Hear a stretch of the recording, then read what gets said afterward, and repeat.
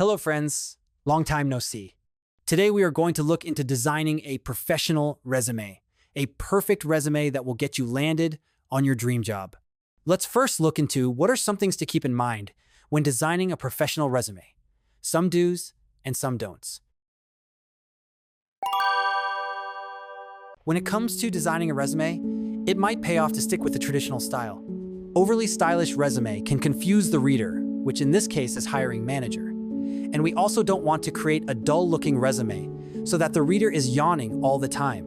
We need to strike the perfect balance. One thing we need to avoid is putting a photo in a resume. The hiring manager is more interested in your skills than your looks or outfits. Also, we don't want to put fancy gadgets and bars that might be new to the reader and take the valuable time. On the other extreme, we want to put a little effort in creating our resume. It shouldn't look like you typed everything into a Word document in 5 minutes and sent it to the company. Using design components like hierarchy is important, not just from design perspective, but also because it helps the reader navigate the information seamlessly.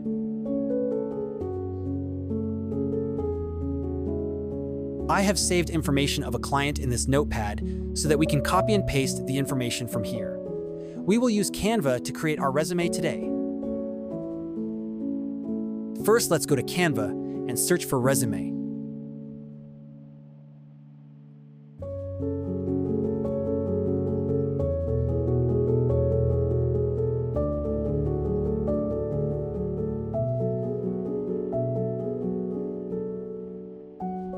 We will first set up a grid. In design where there are lots of text, it is always a better idea to use grids so that we can organize the information in a structured way.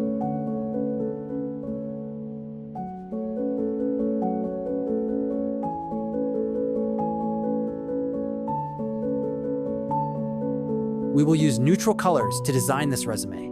Neutral colors means black and shades of gray. You can use black color and adjust opacity to generate shades of gray.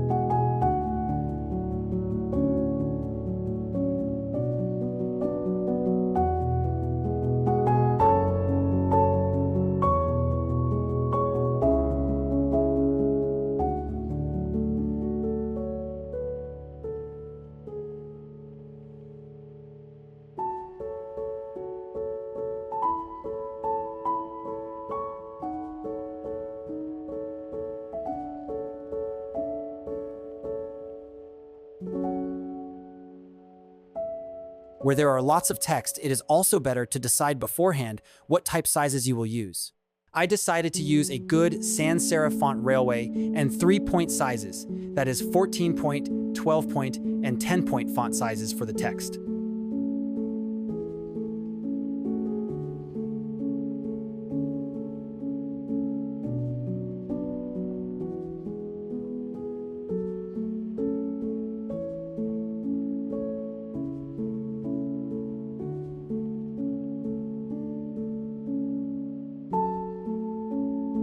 Hierarchy means the most important information should be big, bold, and easily visible, while the lesser important should be smaller, lighter, and grayed out.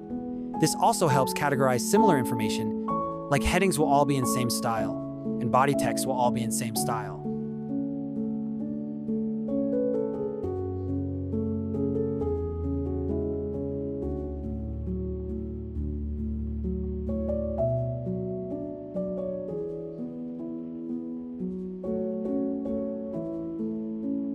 Please note the 3 different font sizes I am using.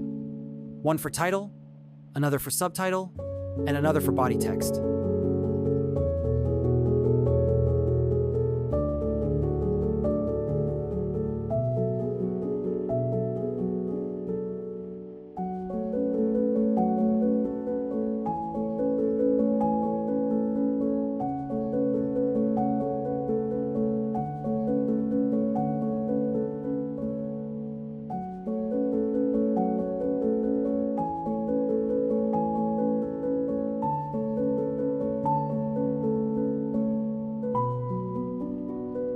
I am graying out the large body part because it helps separate out the main titles from the other content, so viewer can easily distinguish the different parts.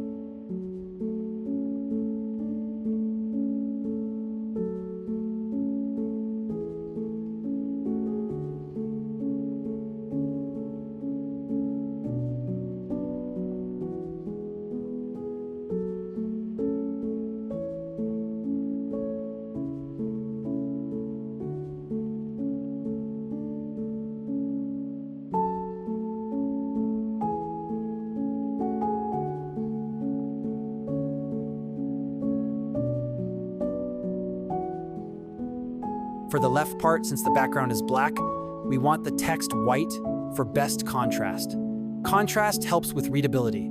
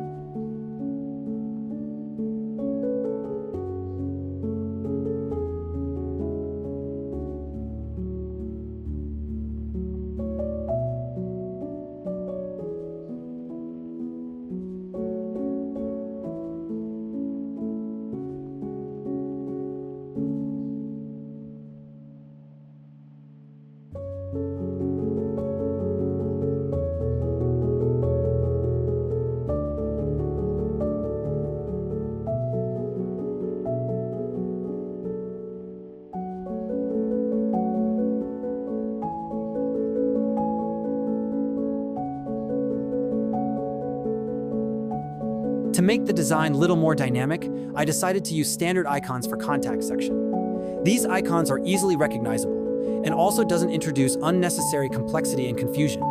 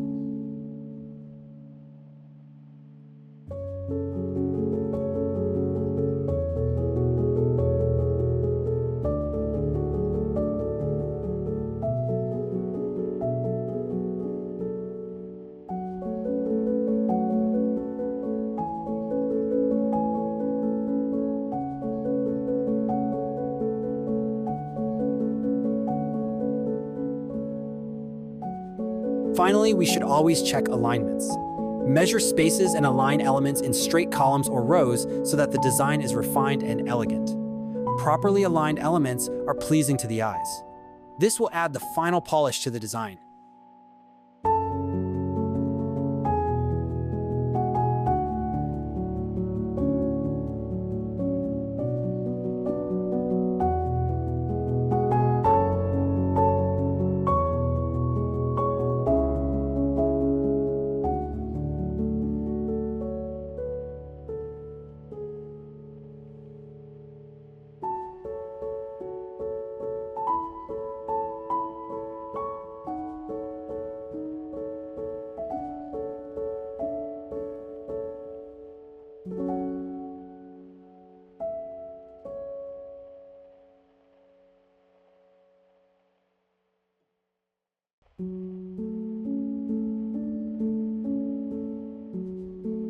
I am taking time to measure spaces between elements and make sure the spaces are consistent.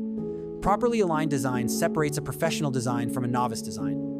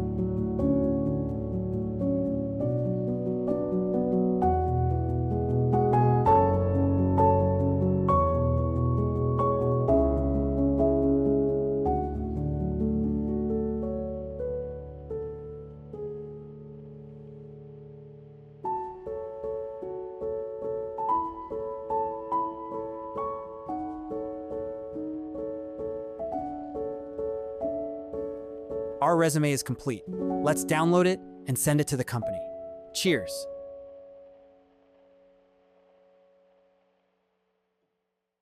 In this episode, we learned how to create a professional resume using Canva and grids. We learned what to do and what not to do. If you like this video, please consider liking, sharing, and subscribing. Hope to see you soon. Thanks.